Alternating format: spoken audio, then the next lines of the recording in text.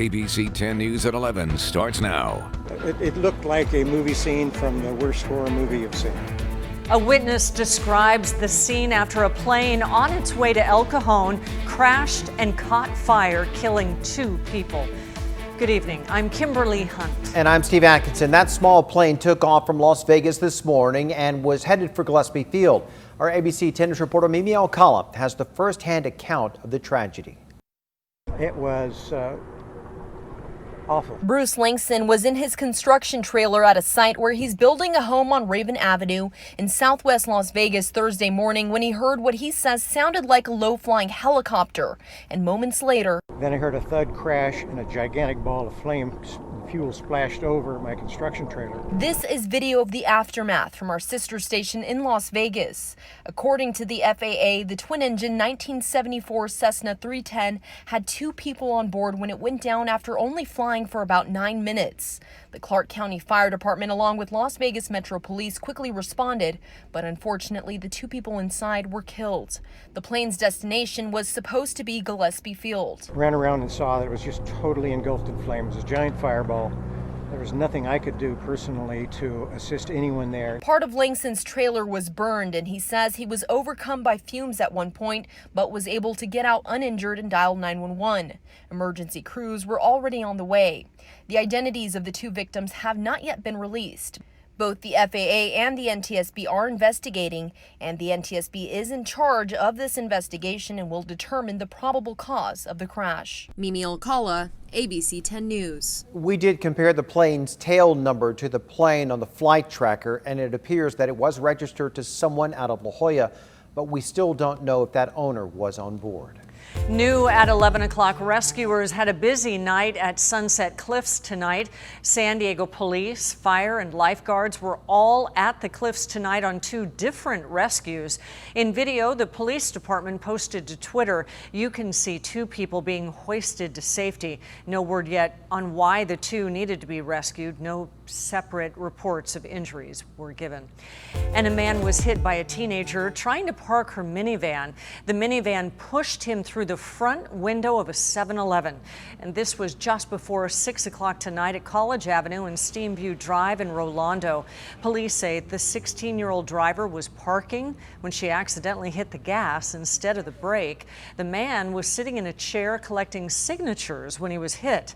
He was taken to the hospital with broken bones. He is expected to recover. Now turning to the coronavirus pandemic, 8 local gyms are suing state, county, and city leaders over COVID-19 health orders. The gyms include Metroflex in Oceanside and the Ramona Fitness Center.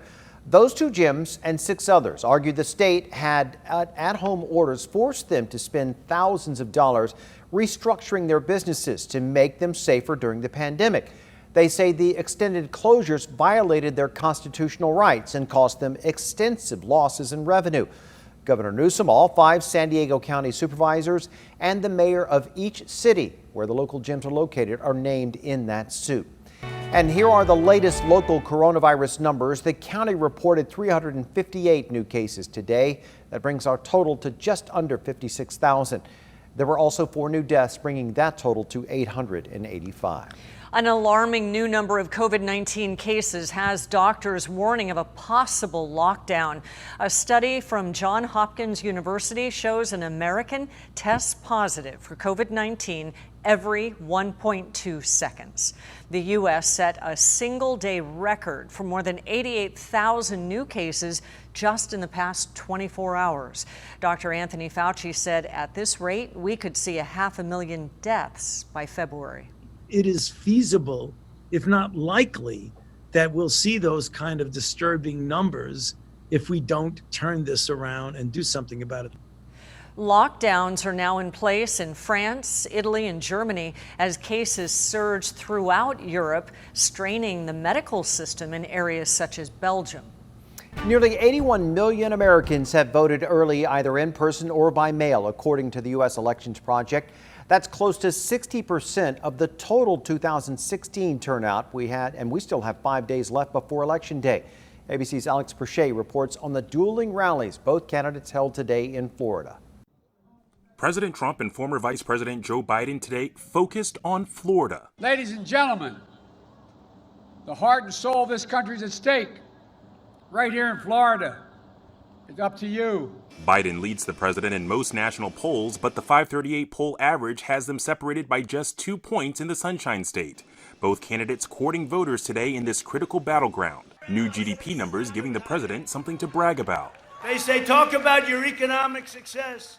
Talk about 33.1%, the greatest in history. Now, look, if I do, how many times can I say it? Third quarter GDP grew by more than 33%, a record number after massive losses tied to COVID-19.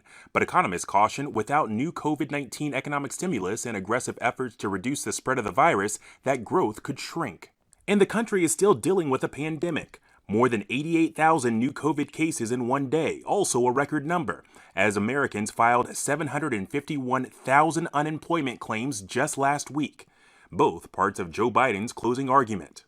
Millions of people out there are out of work, on the edge, can't see the light at the end of the tunnel, and Donald Trump has given up.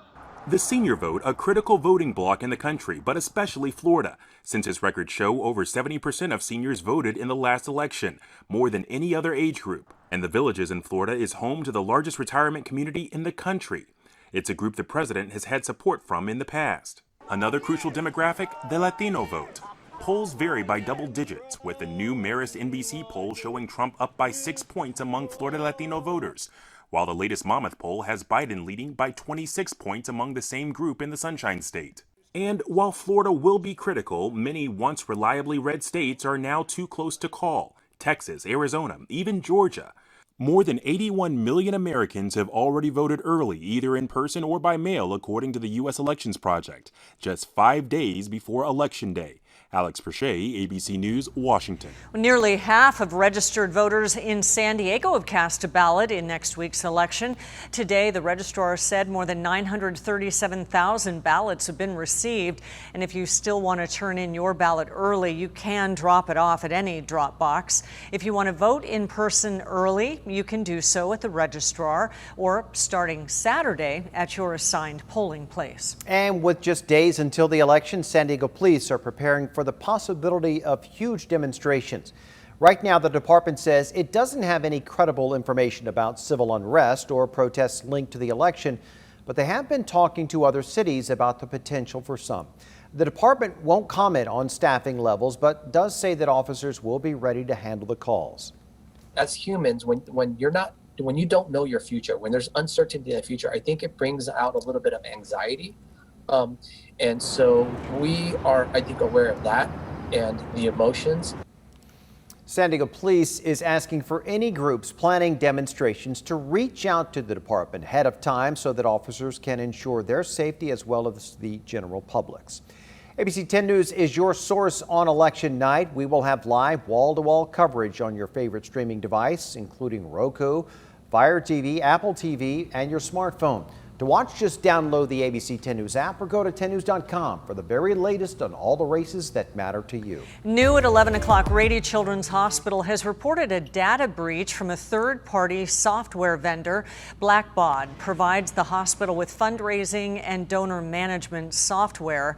The company said its software was breached between February and June of this year. Those files contained personal information such as names and addresses. One person's financial account number was also breached. Hospital officials said all affected people have been notified.